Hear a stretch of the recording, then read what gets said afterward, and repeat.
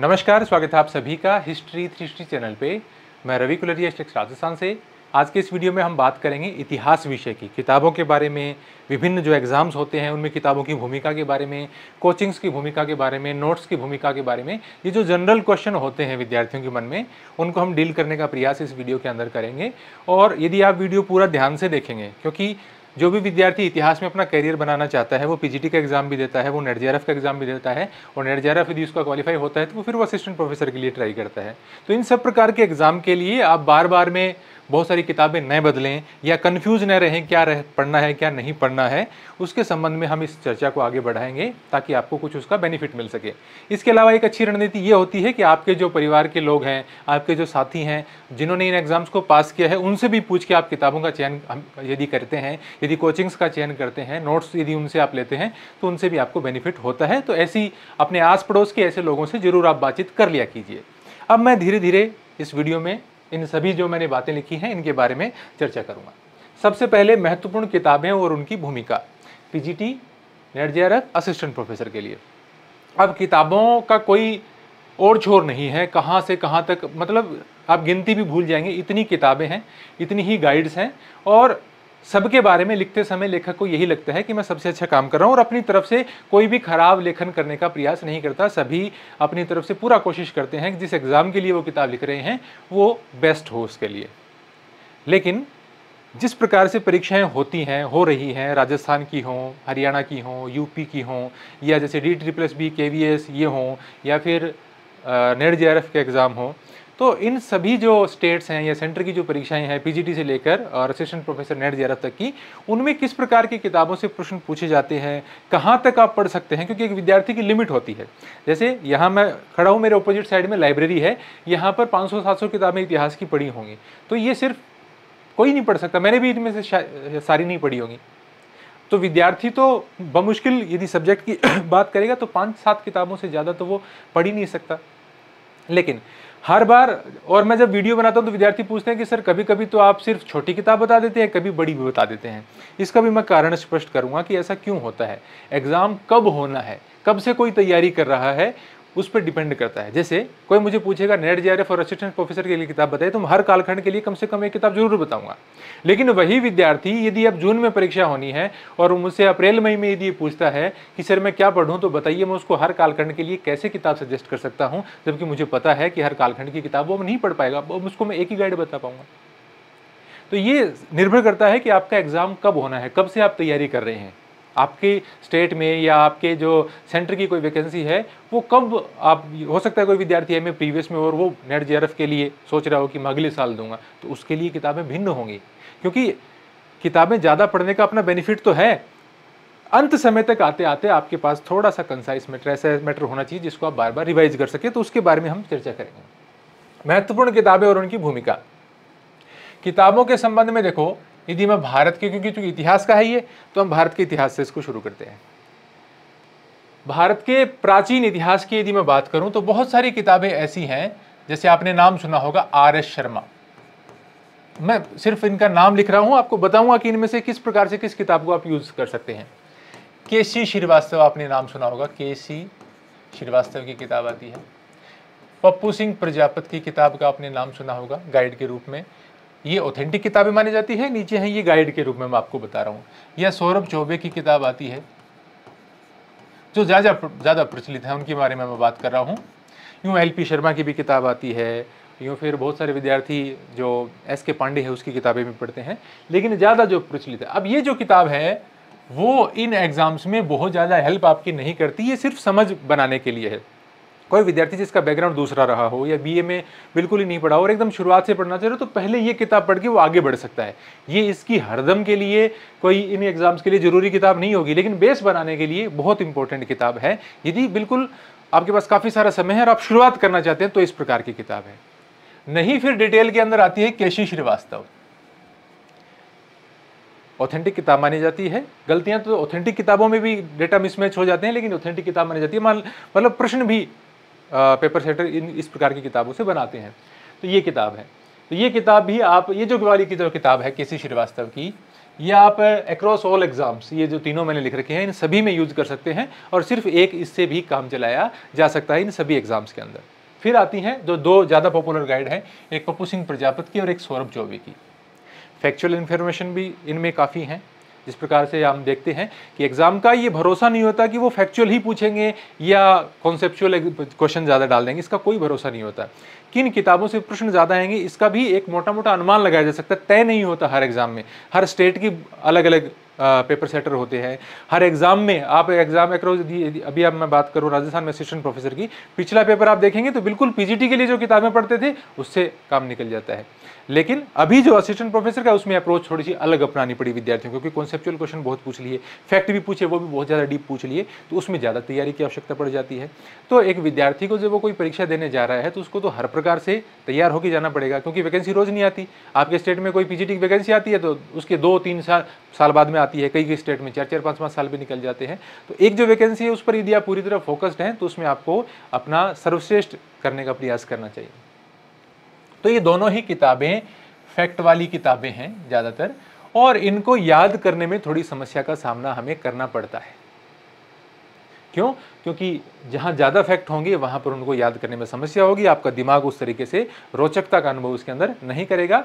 तो लेकिन ये जरूरी किताबें हैं, ये दोनों ही जरूरी किताबें हैं। इनमें से कोई एक किताब यदि आप ये इन सभी एग्जाम्स के संबंध में यदि आप चर्चा तैयारी कर रहे हैं तो इन दोनों में से कोई एक किताब के साथ आप जा सकते हैं। उसके बाद में आपको कोई दूसरे की ज़रूरत नहीं है, और उसके अलावा यदि आप कोई पढ़ना चाहते हैं तो फिर वो याद नहीं रहेगा। ये एक एक किताब ही याद रखनी बहुत मुश्किल है। इसमें थोड़ा और कम मैटर मान सकते हैं, इसमें और भी ज़्यादा मान सकते हैं। तो इस हिसाब से आप जो चयन करना चाहें, सिर्फ पीजीटी का, अब मैं पीजीटी की भी बात करूँ तो क्योंकि मैं सभी विद्यार्थियों को संबोधित कर रहा हूँ, राजस्थान में अभी तक जो पीजीटी के एग्जाम होते आ रहे हैं उसमें यानी फर्स्ट ग्रेड जिसको कहते हैं, उसमें आपको बहुत ज़्यादा डीप अभी तक नहीं पूछा गया है। आगे का कोई गारंटी नहीं ले सकता कभी भी, लेकिन अभी तक तो बिल्कुल छोटी और इससे भी छोटी किताबों से काम चलता आया है। 80-90% प्रश्न उन किताबों ने कवर किए हैं। लेकिन फिर भी मेरे हिसाब से इन दो किताबों में से आप कोई भी एक किताब के साथ इन सभी एग्जाम में आप पार्टिसिपेट कर सकते हैं, इनमें भाग ले सकते हैं और आप निराश नहीं होंगे। बाकी देखो, अब आप कहेंगे कि सर गाइड क्यों बताई जाती है? गाइड इसलिए बताई जाती है क्योंकि उसमें बहुत सारी जो ऐसी किताबें हैं जिनको ऑथेंटिक माना जाता है उनका सार उसके अंदर होता है, तो इसलिए वो चीज़ें आपको एक जगह मिल जाती है। नहीं तो प्राचीन काल की सबसे मेरी फेवरेट किताब है उपिंदर सिंह की किताब। बहुत बार उससे प्रश्न भी पूछे जाते हैं, लेकिन थोड़ी जटिल किताब है और कम समय यदि हो एग्जाम्स में तो बिल्कुल भी नहीं पढ़ी जा सकती। वो बड़ी किताब है लेकिन ऑथेंटिक किताब है और प्रश्न भी उससे खूब पूछे जा सकते हैं। यदि आप काफ़ी लंबे समय के लिए प्लानिंग आपकी, अभी आप मतलब ऐसी स्थिति में है कि बीएड कर रहे हैं, फिर एमए करके फर्स्ट ग्रेड का देना चाहते हैं, इस प्रकार की आपकी कोई तैयारी है, 1-2 साल का समय है, तो इस प्रकार की किताबों से महत्वपूर्ण बिंदु आप अपने नोट्स में या किसी कुछ दूसरी किताब जो आप पढ़ रहे हैं छोटी किताब उसके अंदर ऐड कर सकते हैं। उस हिसाब से आप इसको यूज़ कर सकते हैं। नेट वगैरह के लिए ये किताब काफ़ी इंपॉर्टेंट कई बार हो जाती है, लेकिन वही बात है, आप बहुत सारी किताबों के चक्कर में नहीं पढ़ के एक किताब पढ़ेंगे तो आपको ज़्यादा फायदा मिलेगा। ये आपसे किसी भी अध्यापक से पूछेंगे वो आपको ऐसे ही बताएगा। तो ये तो होगी प्राचीन भारत की किताबें। अब मैं बात करता हूं मध्यकालीन भारत की किताबों के बारे में।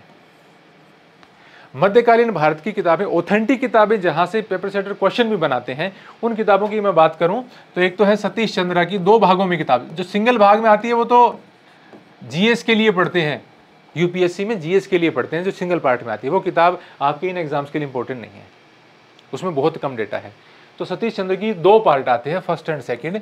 पढ़ने में एकदम ईजी है और एक समझ आपकी बहुत अच्छे तरीके से विकसित कर देती है। ठीक ठाक उसके अंदर डेटा भी है, लेकिन सिर्फ इससे इन एग्जाम्स में काम नहीं चलता, क्योंकि जैसे फैक्ट पूछे जाते हैं वो बहुत सारे इसमें मिस हो जाते हैं। फिर मैं बात करूं तो एक किताब है जेएल मेहता की, 3 पार्ट में आती है। बहुत बहुत बहुत शानदार किताब है वो, और इसके भाग 1, भाग 2 और भाग 3 आते हैं। समझने के लिए भी फैक्ट्स भी हैं, इसमें बहुत सारी चीज़ें हैं, और हम देखते हैं कि बहुत सारे एग्जाम्स में इस किताब से प्रश्न पूछे जाते रहे हैं।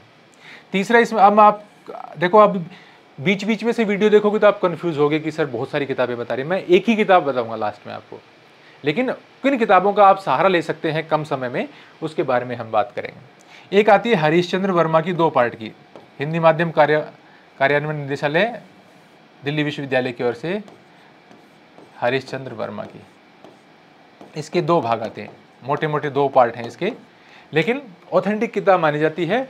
और जितने भी स्टेट्स में एग्ज़ाम होते हैं, सेंटर के एग्ज़ाम होते हैं, उनमें से बहुत बार इस किताब से डायरेक्ट प्रश्न उठाए जाते हैं। ये ऑथेंटिक किताबें हैं।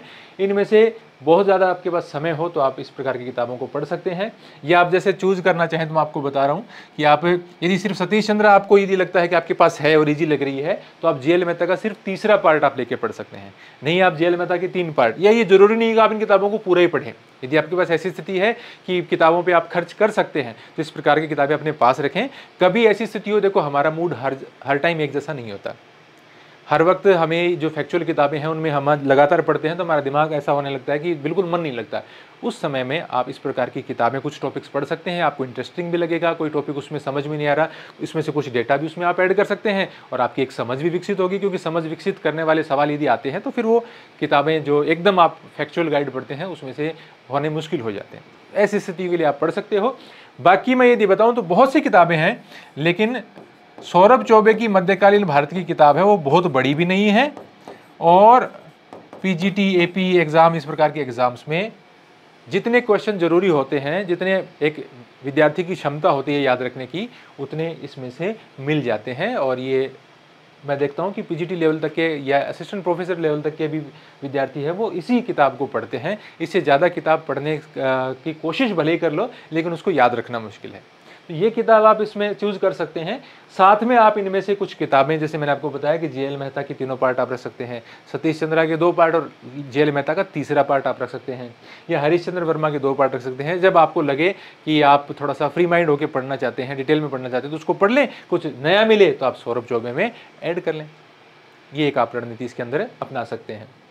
काफ़ी डिटेल में बात करूँगा, मुझे आज ये मतलब नहीं है कि वीडियो आधे घंटे का बनेगा कि 1 का बनेगा, हम सारी बातों की चर्चा करेंगे। उसके बाद में बात आती है आधुनिक भारत की।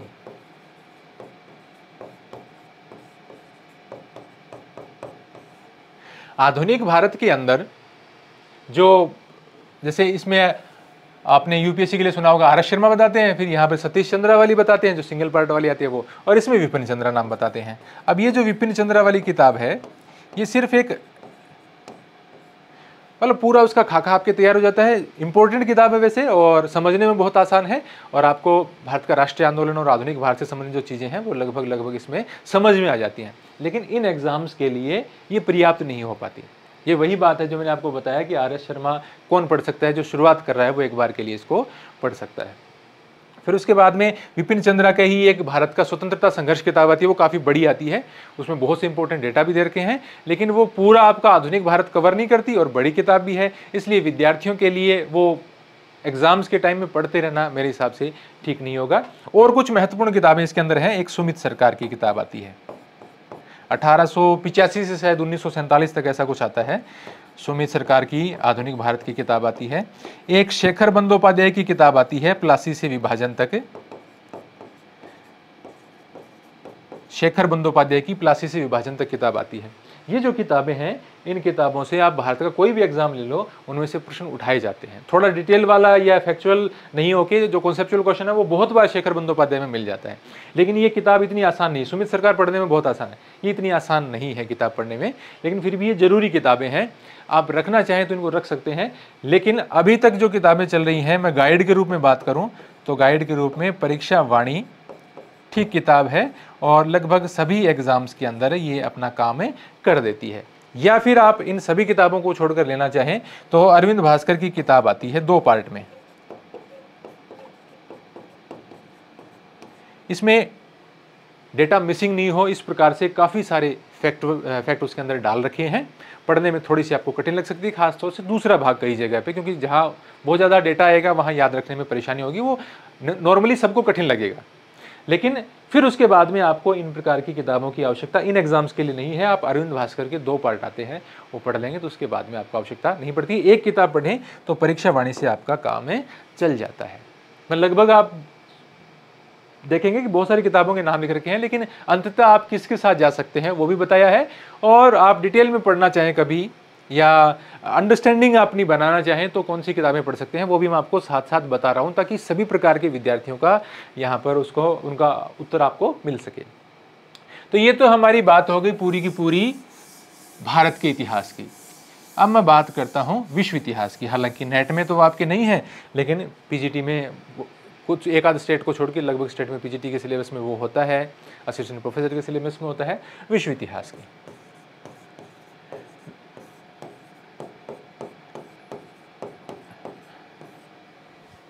वही बात है, इस कालखंड के अंदर किताबों का कोई अंत नहीं है। जैसे आधुनिक भारत में मैं एक दो बात और बताना चाहता हूँ। जैसे स्पेक्ट्रम की किताब है, एक सोनाली बंसल की किताब आती है, वो किताबें भी कोई एक किताब आप पढ़ना चाहते हैं तो पढ़ सकते हैं। जैसे स्पेक्ट्रम आप पढ़ सकते हैं, वो आपके सभी एग्जाम्स में काम आ जाती है, चाहे वो सिविल सेवा का हो, चाहे वो नेट जेआरएफ का हो, कोई भी एग्जाम हो, स्पेक्ट्रम जैसी किताब यदि आपके पास है। क्योंकि ये नाम मैं बीच बीच में क्यों ले रहा हूँ कि कई बार विद्यार्थियों के पास वो किताब होती है, अब वो सोचेंगे कि सर ने मेरी किताब का नाम ही नहीं लिया, क्या मुझे चेंज करनी पड़ेगी। इसलिए मैं आपको बता रहा हूँ कि स्पेक्ट्रम भी यदि आप पढ़ रहे हैं तो उसमें आपको कोई समस्या नहीं आएगी। ऐसे ही मध्यकाल के अंदर समझने के लिए एक बहुत इंपॉर्टेंट किताब है एलपी शर्मा की, बहुत आसान भाषा में है, और उस प्रकार की किताब आप पढ़ के और कुछ फैक्ट्स उसके अंदर आपको, चाहे आप अपनी ऑब्जेक्टिव बुक से ऐड करें, चाहे आप दूसरी किताबों से ऐड करें, कुछ उसमें ऐड कर लेंगे तो वो भी एक बढ़िया किताब बन जाती है। हालांकि उसमें फैक्ट कम है, आपको कुछ जरूर उसमें ऐड ऑन करना पड़ेगा।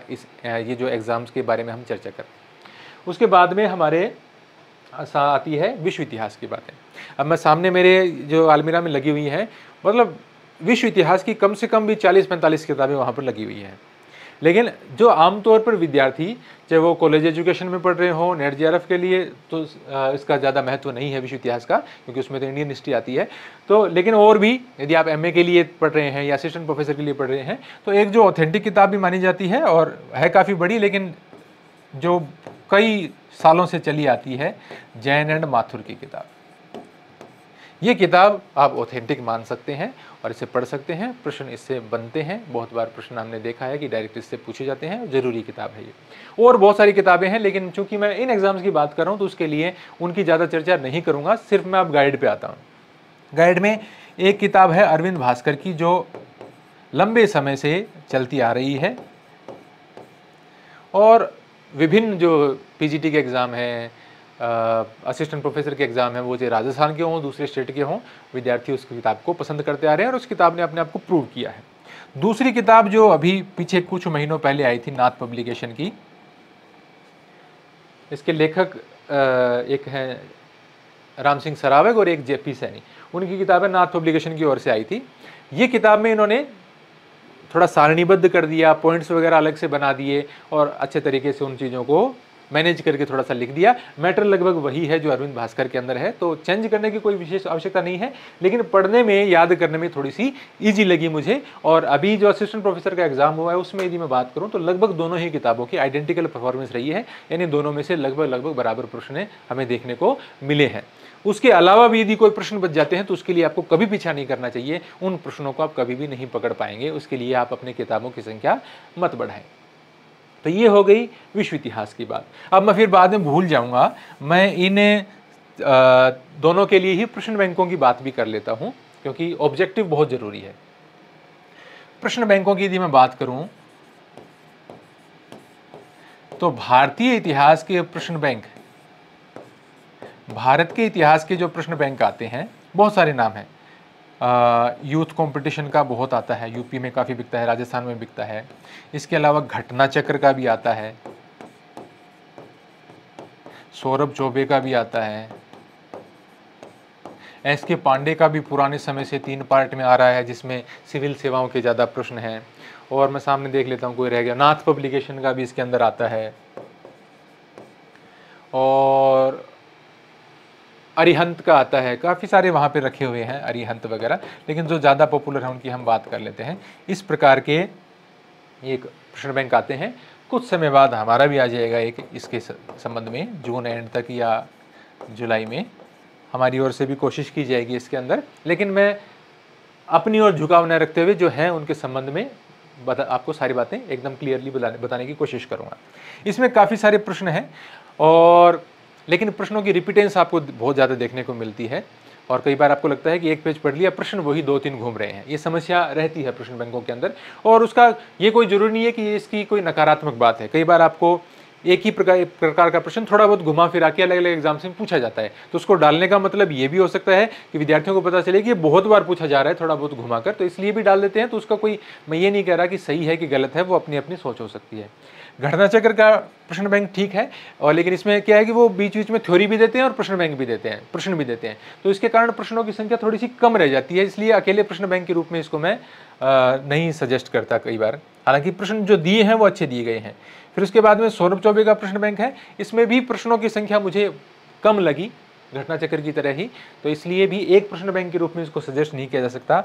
नाथ पब्लिकेशन का प्रश्न बैंक है, इसमें भी मुझे लगा कि और टॉपिक वाइज और प्रश्न ऐड होने चाहिए थे ताकि ये थोड़ा और मार्क बन सके। अरिहंत का क्वेश्चन बैंक अच्छा आता है नो डाउट, लेकिन मेरे हिसाब से अरिहंत का टॉपिक वाइज कोई क्वेश्चन बैंक नहीं आता, मुझे नहीं मिला।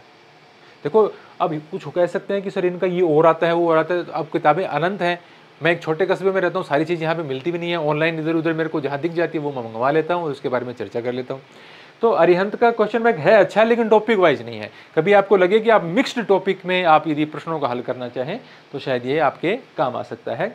और ये हमारा क्वेश्चन बैंक है, ये आएगा, उस सब आएगा तब बात करेंगे। आज ही मैं इसको ये कह दूं कि सर्वश्रेष्ठ है, वो गलत बात होगी। अभी तक जो आए हैं उसके बारे में आपको मैं बता रहा हूँ। अब अच्छा एक वो रह गया, गलती हो जाती है अभी, पप्पू सिंह प्रजापति का, अभी इसका दूसरा संस्करण आया है। अभी इनके भी देखो यूथ का भी नया संस्करण आ जाएगा, आते ही रहते हैं हर साल, तो इसका भी दूसरा संस्करण आया। घटना चक्र का भी अभी एक पीछे दूसरा संस्करण, मतलब अगला संस्करण है, उनके कौन से हो गए, 10वां हो गया 15वां हो गया मुझे याद नहीं, इसका दूसरा संस्करण आया है। और जो भी नेट जेआरएफ के प्रश्न है, असिस्टेंट प्रोफेसर के प्रश्न है, पीजीटी के प्रश्न है, इस प्रकार के जो प्रश्न है वो प्रश्न अच्छे तरीके से एक किताब कवर करती है। तो आप पुराने प्रश्नों जो कि इस प्रकार के एग्जाम में आए हुए हों उन प्रश्नों को पढ़ना चाहें तो ये प्रश्न बैंक बहुत बढ़िया है। प्रश्नों की वैरायटी बहुत है और अच्छे तरीके से ये इसको कवर करता है, तो बढ़िया प्रश्न बैंक है। अब इसके बाद में एजीपी और यूथ के प्रश्न बैंक स्पेशली किसके लिए आते हैं, नेट के लिए। नेट जेआरएफ के पुराने पेपर्स के आते हैं, 12 साल के 15 साल के इस प्रकार के आते हैं, तो वो आप पढ़ सकते हैं। यदि आपको नेट जेआरएफ का पेपर देना है तो वो आपको जरूर पढ़ने चाहिए। उसमें सिर्फ और सिर्फ नेट के पेपर्स होते हैं, वो आपको टॉपिक वाइज नहीं मिलेगा, नेट का पेपर मिलेगा। पिछले साल का जून का मिल जाएगा, दिसंबर का मिल जाएगा, उससे पहले जून दिसंबर का मिल जाएगा। इस प्रकार से 12, 15, 18 वो पेपर दिए रहते हैं। तो आप जैसे ये एजीपी का मैं बहुत बार बताता हूँ क्योंकि लंबे समय से विद्यार्थी ही पढ़ते आ रहे हैं, अच्छा क्वेश्चन बैंक आता है, तो इसके साथ आप जा सकते हैं। ये तो ये प्रश्न बैंकों की बात होगी इंडियन हिस्ट्री के लिए। अब बात करता हूं मैं विश्व इतिहास के प्रश्न बैंकों के लिए। विश्व इतिहास के प्रश्न बैंकों में सबसे पहले से जो चलता आ रहा है और विद्यार्थियों ने लंबे समय तक उस पर भरोसा किया है वो अरविंद जी का है। अरविंद भास्कर का एक प्रश्न बैंक आता है, उसके साथ में और भी लेखक हैं, कुलदीप फेनिन है, एक आध कुछ और हो सकते हैं, मुझे नाम अभी याद नहीं आ रहा, एक और पीछे जुड़ा था उनमें लेखक। फिर उसके बाद में एक प्रश्न बैंक आता है नाथ पब्लिकेशन का। इसके बारे संबंध में मैंने बताया था, इसमें थोड़े से लग रहा है कि प्रश्नों की संख्या बढ़ानी चाहिए, इसमें मुझे लग रहा है कि व्याख्या थोड़ी और बढ़ानी चाहिए। दो एक नए आए थे जिसके अंदर मैं बात करूं, एक गणपत जी का आया था, गणपत सिंह राजपुरोहित का, और एक प्रश्न बैंक आया था पप्पू सिंह प्रजापति का, पप्पू सिंह जी का। ये लगभग दोनों ही आइडेंटिकल से थे प्रश्नों की यदि हम देखें तो। इसमें मैंने आपको बताया था कि फॉन्ट वगैरह आपके थोड़े मोटे दर के हैं और प्रश्नों का जो संख्या है वो भी मुझे थोड़ी सी ज़्यादा लग रही थी, इसके अंदर थोड़ा खुला खुला लगा। बाकी ऐसी ही तो वो है कि कोई कपड़ा तो चूज कर रही नहीं रही कि उसमें इस प्रकार से हम मीन मैक निकालें, लेकिन दोनों ही प्रश्न बैंक अच्छे थे और इसमें से आप चूज कर सकते हैं। इसमें मैंने आपको ये बताया था कि जो पुराने पेपर हैं उनमें से कौन से साल में कौन सा प्रश्न है वो इसके अंदर नहीं लिखा हुआ, ये मेरा बताने का क्योंकि मैं आपको बता रहा हूँ तो विद्यार्थियों को पता होना चाहिए कि इसमें क्या डिफरेंस है, तो भी हम आपको बता दो। इसमें पुराने एग्जाम्स की जो कब आया है, कौन से एग्जाम में आया है, वो सब दिया हुआ है, इसमें भी दिया हुआ है, इसमें भी दिया हुआ है, इसमें वो चीज़ नहीं लिखी हुई है। हालांकि इसके जो इंडियन हिस्ट्री वाला है उसके अंदर सब, मतलब उसमें तो नया प्रश्न मुझे बहुत ही कम नजर आया, सारे पुराने एग्जाम्स के ही प्रश्न थे, बहुत सारे प्रश्न इसके अंदर आपको देखने को मिलते हैं। इनकी रेट वगैरह आप ऑनलाइन चेक कर लेना, इतनी किताबों की रेट वगैरह यहाँ पे डिस्कस नहीं की जा सकती। तो ये तो हो गया प्रश्न बैंक की। अब एक आता है पीछे बहुत सारी किताबें आई इतिहास, दर्शन और लेखन को लेकर, मैं सारी किताबें ठीक से नहीं देख पाया इसलिए मैंने उनका रिव्यू नहीं किया। वो कहाँ काम आता है, पीजीटी में तो सामान्यतः बहुत कम स्टेट ऐसे हैं जहाँ पर वो इतिहास, दर्शन, लेखन पूछा जाता है, जैसे राजस्थान में नहीं आता। और असिस्टेंट प्रोफेसर में और नेट जेआरएफ के एग्जाम में, नेट में वो 10वीं यूनिट है अभी तक, तो आगे क्या होगा पता नहीं। और बहुत सारे स्टेट में असिस्टेंट प्रोफेसर के एग्जाम में भी इतिहास, दर्शन, लेखन, हिस्टोरियोग्राफी का जो कॉलम होता है वो आता है। तो उसके लिए कुछ किताबें पहले से चली आ रही थी, कुछ नई भी आई हैं। तो उनमें से आप देख सकते हैं एक अमित कुमार रैंकवार की दूसरा एडिशन आया। अमित कुमार रैंकवार का एक पहला एडिशन था, उसमें कुछ टॉपिक कम थे या थोड़े शॉर्ट में थे। अब इन्होंने एक दूसरा एडिशन निकाला है, तो वो ठीक है किताब। बाकी आप इसमें ऐसी किताब देखें कि इसमें ज़्यादातर टॉपिक मिल जाए, क्योंकि हर स्टेट में आपको 5-7 टॉपिक डिफरेंट मिल जाते हैं। तो इसके संबंध में एक किताब आती है, मैं उसका नाम भूल गया, मैं देख लेता हूँ, वहाँ पे पढ़ी होगी। ई श्रीधरन की किताब आती है, जटिल है थोड़ी सी, क्योंकि वो मूलतः इंग्लिश में लिखी गई थी और इसका हिंदी अनुवाद थोड़ा जटिल है, लेकिन ये किताबें फिर सब जगह काम आ जाती है, बहुत सारी चीज़ें इसके अंदर आती हैं। तो ये अमित रैंकवार का ये ले सकते हैं, या पीछे किसी ने कोई पैनोरमा वगैरह की गाइड आई थी इसके संबंध में, वो भी ठीक थी। और बहुत सारी इसके अंदर किताबें आती हैं समझने के लिए। यदि आप ऑथेंटिक किताब इसमें देखेंगे तो झारखंड चौबे की किताब आती है, वो समझ बढ़ाने के लिए बहुत अच्छी किताब है इसके अंदर। इसके अलावा एक मैं नाम भूल रहा हूँ, शायद बिहार के किसी लेखक की किताब है, मैं भूल रहा हूँ, वो सामने पर्दे के पीछे अब मुझे सारी उसके अंदर दिख भी नहीं रही। बहुत सारी किताबें ऐसी आती हैं इतिहास, दर्शन और लेखन में भी। तो आप इस प्रकार की कोई किताब लेकर और उससे काम अपना चला सकते हैं, वो उसमें आपको, लेकिन आपको ये देखना होगा कि आप जिस स्टेट में इस ऐसी परीक्षा देने जा रहे हैं उसमें ये आपके सारे टॉपिक कवर करती है या नहीं करती है। तो ये इसकी बात होगी। अब फिर बात किताबों का चयन। तो किताबों का चयन मैंने इसके साथ साथ ही बता दिया कि किताबों का जो चयन है वो किस प्रकार से आपको करना है। 1 मिनट में कुछ देख लेता हूँ। हाँ, शुरू करते हैं। तो किताबों का चयन मैंने आपको बता दिया किस प्रकार से आप कर सकते हैं, क्योंकि किताबें तो बहुत हैं, मैंने नाम लिए हैं, उससे ज़्यादा पता नहीं कितनी किताबें हैं, लेकिन उसका चयन कैसे करना है समय के आधार पर, और किस विद्यार्थी को कब कौन सी किताब पढ़नी चाहिए उसके बारे में मैंने आपको बताया। और उसका सही उपयोग एग्जाम के हिसाब से आप करें। डिटेल वाली किताब पढ़ते हैं तो एग्जाम की जब वैकेंसी वगैरह नहीं आई हो, डेट नहीं आई, उससे पहले उसको पढ़ें। और बाद में जो गाइड जैसी किताबें हैं जिसको शॉर्ट में हैं या आप अपने नोट्स बनाते हैं उसमें कुछ एड ऑन करते हुए, और इस प्रकार से आप आगे बढ़ के अपनी रणनीति बनाकर चलें। ऐसा नहीं है कि जो ऑथेंटिक किताबें हम बड़ी बड़ी बता रहे हैं वो आप एग्जाम के पास में 3-4 महीने पहले पढ़ रहे हैं, तो उसका फिर कोई औचित्य नहीं बनता और फिर आपको नुकसान होता है। क्योंकि जब तक आप बार बार रिवीजन 2 बार 5 बार 10 बार जितनी बार संभव हो करना चाहिए रिवीजन, वो जब तक आपका नहीं होता तब तक आपको एग्जाम में प्रश्न सही नहीं होगा, काफ़ी सारी गलतियां हो जाएंगी, फिर नेगेटिव में चले जाएंगे। हालांकि नेट में नेगेटिव नहीं होता लेकिन होता है। फिर उसके बाद में आती है कोचिंग क्लासेज और नोट्स की महत्ता। अब ये डिपेंड करता है कि आप कोचिंग्स कहाँ से ले रहे हैं और किस एग्जाम के लिए ले रहे हैं। जैसे सबसे पहले मैं नेट के लिए बात करूँ तो नेट के लिए बड़े बड़े कोचिंग संस्थान हैं, उनकी कोचिंग्स, क्योंकि ऑल ओवर इंडिया विद्यार्थी अपने अपने सब्जेक्ट्स में नेट का एग्जाम देने का प्रयास करते हैं, लेकिन नेट का पेपर ऐसा है कि उसमें कोचिंग्स बहुत ही कम काम आती है। मैं आपको बता रहा हूँ, जितने आप पुराने पेपर सल करेंगे और जितनी बढ़िया किताबें आप अध्ययन करके जाएंगे उतना आपको ज़्यादा बेनिफिट होगा, बशर्ते इसकी बजाय आप कोचिंग से उतना, कभी भी आप देखते हो कि कोचिंग का पेपर मिला के देख लेना, आपने यदि किसी कहीं से कोचिंग ली है तो नेट का पेपर है वो, इतिहास का मैंने बहुत बार देखा है, 30-35% से ज़्यादा प्रश्न से किसी ने पढ़ाया हुआ हो नेट के पेपर में सेट होते ही नहीं कोचिंग वगैरह से। क्योंकि कोचिंग जो करवाता है, पढ़ाता है टीचर, उसकी एक लिमिट होती है, वो कितने फैक्ट लिखवा सकता है, कितनी अंडरस्टैंडिंग वाली बातें वो आपको लिख के दे सकता है या बता सकता है।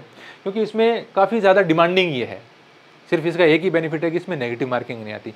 तो इसमें आप ज़्यादा से ज़्यादा जो मैंने आपको बताई हैं उनमें से किताबें पढ़ेंगे तो आपको ज़्यादा बेनिफिट होगा कोचिंग के बजाय।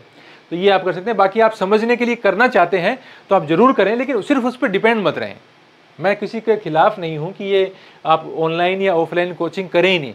आपको समझ विकसित करनी है, आपको टाइम नहीं मिलता, आप सोचते हैं उसके हिसाब से आपका शेड्यूल बन जाता है, तो आप करें, समझें, लेकिन सिर्फ आप कोचिंग के भरोसे नहीं रहे। नेट के एग्जाम में आपको किताबें और पुराने पेपरों पर ज़्यादा फोकस करना चाहिए, ये मेरा कहना है।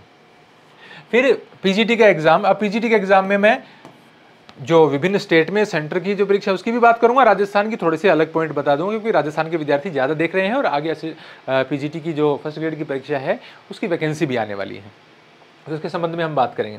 अब राजस्थान की मैं बात कर लेता हूँ, जो फर्स्ट ग्रेड जिसे हम बोलते हैं, फर्स्ट ग्रेड का एग्ज़ाम, जिसके इस साल भर्ती तो आएगी ही, एग्ज़ाम अगले साल होने की संभावना है। तो इस एग्ज़ाम में अभी तक जो परीक्षाएँ हुई हैं, अभी तक जो हम कहें पिछले 2-3 जो एग्ज़ाम हुए हैं उसके अंदर यदि हम पेपर देखें तो उनका स्तर ऐसा नहीं कहा जा सकता कि आप कोई सामान्य किताब पढ़ें और फिर आपका बाहर चला गया पेपर, ऐसा नहीं होता।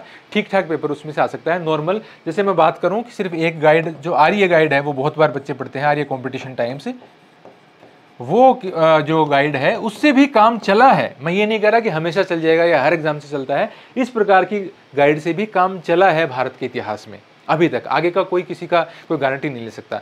तो आप क्या कर सकते हैं कि, और जैसे मैं बात करूं कि हरियाणा का एग्ज़ाम है, हिमाचल प्रदेश का एग्ज़ाम है जो मैंने अभी तक देखे हैं, तो इन स्टेट में भी मैंने देखा है कि इतना ज़्यादा बाहर नहीं जाता। जैसे बिहार का है, बिहार में एनसीईआरटी तो आपको पढ़नी होती है, फिर आप एक गाइड लेके, इस गाइड में क्या है कि हो सकता है कि आपको कुछ टॉपिक्स में जरूरी फैक्ट आपको मिसिंग लग सकते हैं, तो आप जहाँ पर ऑब्जेक्टिव हल करें या डिटेल में कभी कोई किताब पढ़ें, उसमें कोई जो भी नई चीज़ मिले वो इसके अंदर ऐड ऑन करते जाएं। इसमें आप फैक्ट की मात्रा या जरूरी चीज़ों की मात्रा 10-12% ऊपर नीचे करके और ऐड कर लें, तो ये बहुत मारक बन जाती है। ये आपके रिवीजन में काम आती है, इसलिए इसको सजेस्ट किया जाता है। या इस प्रकार की कोई और भी किताब हो सकती है। कुछ विद्यार्थी हो सकता है किरण कॉम्पिटिशन टाइम्स भी पढ़ रहे हो सकता है कुछ विद्यार्थी नीरज पांडे की किताब भी पढ़ रहे हैं, तो इसमें बहुत ज़्यादा अंतर इन किताबों में नहीं है।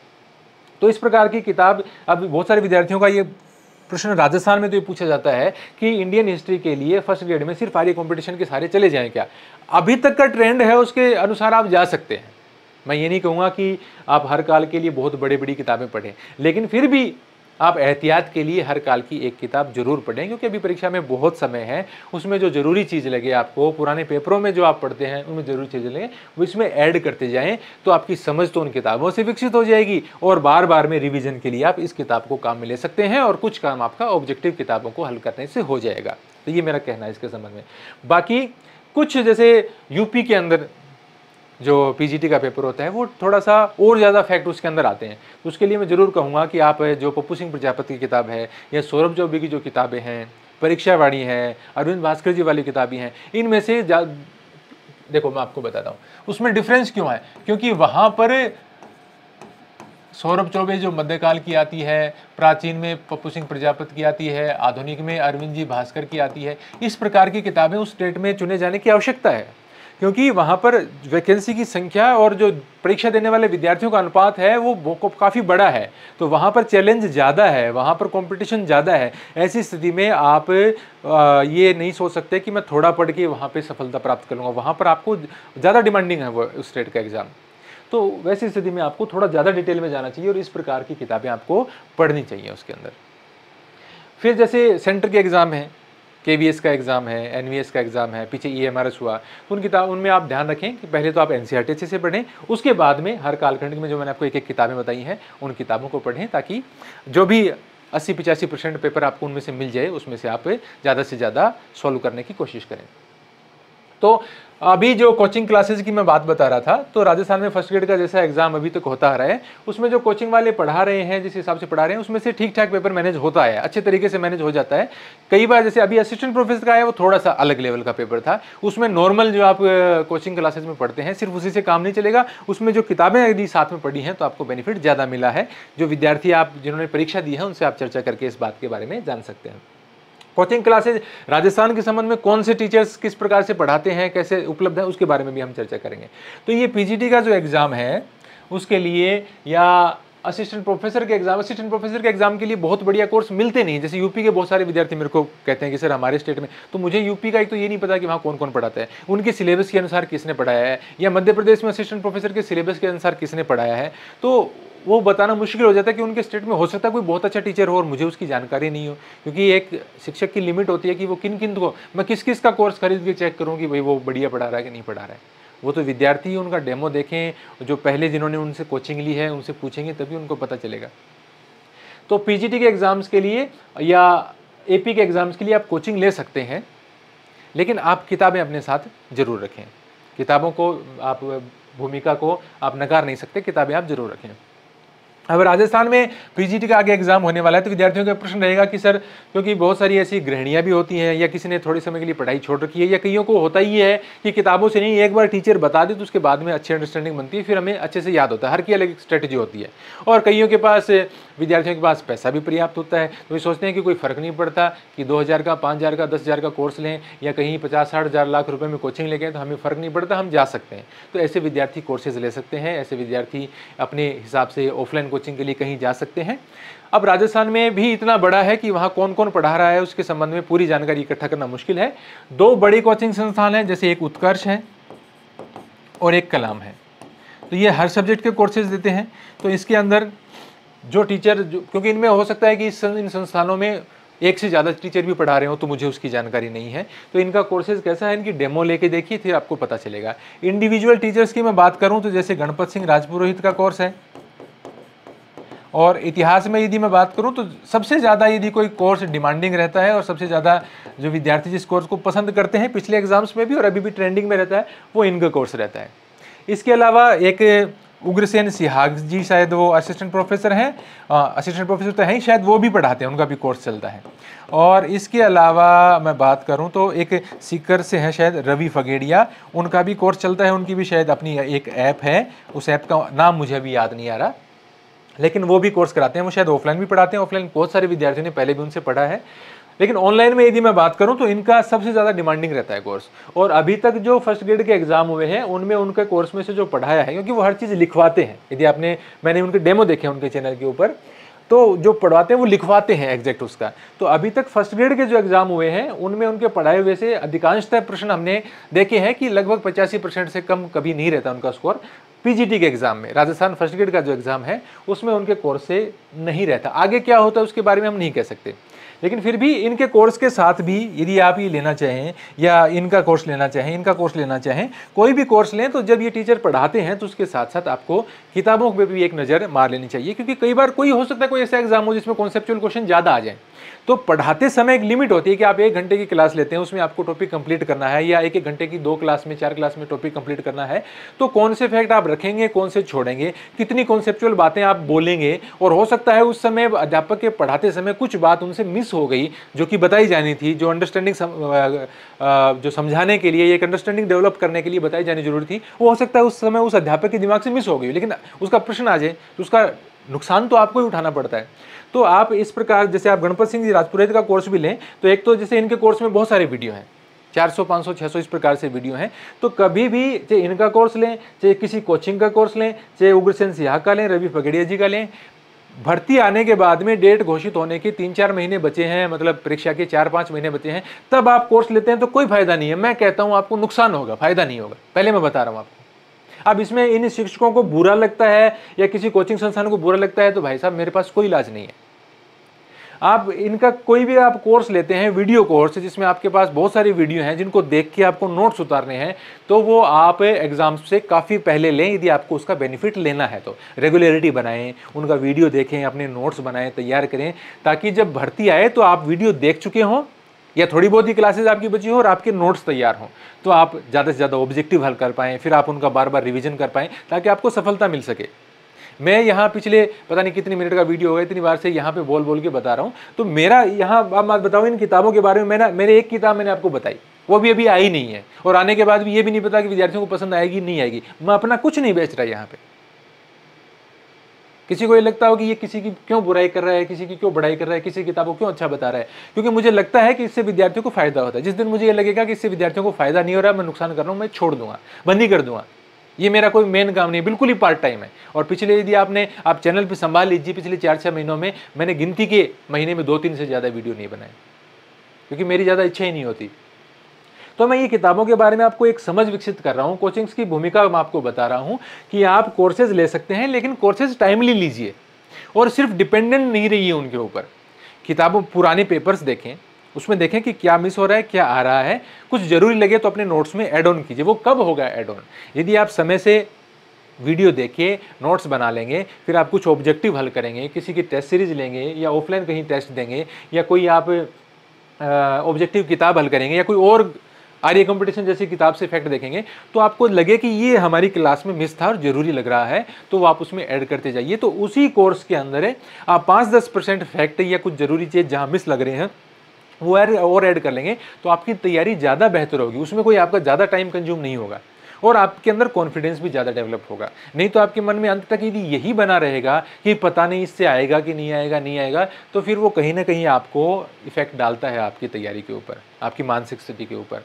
तो ये चीज़ें हैं, इन चीज़ों के खिलाफ मैं बिल्कुल भी नहीं हूँ। हर चीज़ की अपनी एक ज़रूरत है, लेकिन समझदारी से और समय के हिसाब से चीज़ों को चुनें।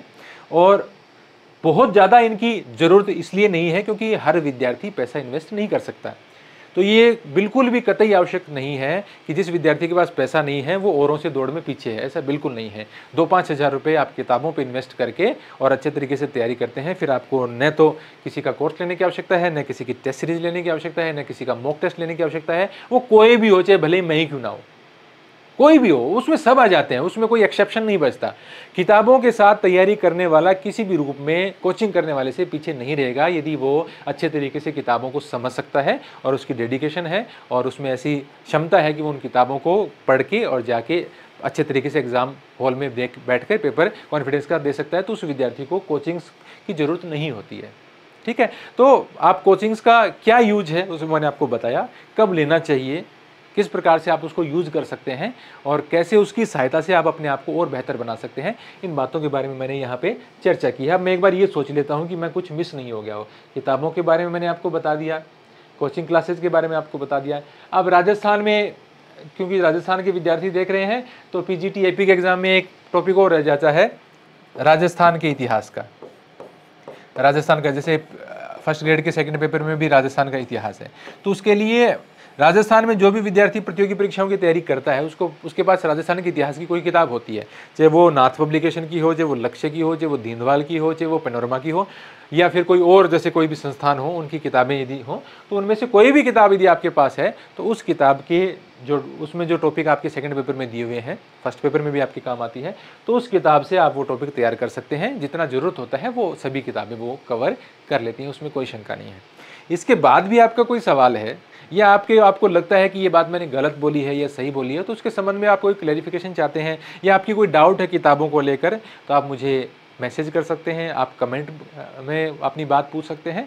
मैं निश्चित रूप से समय मिलने पर आपकी बात का जवाब देने की कोशिश करूँगा। धन्यवाद।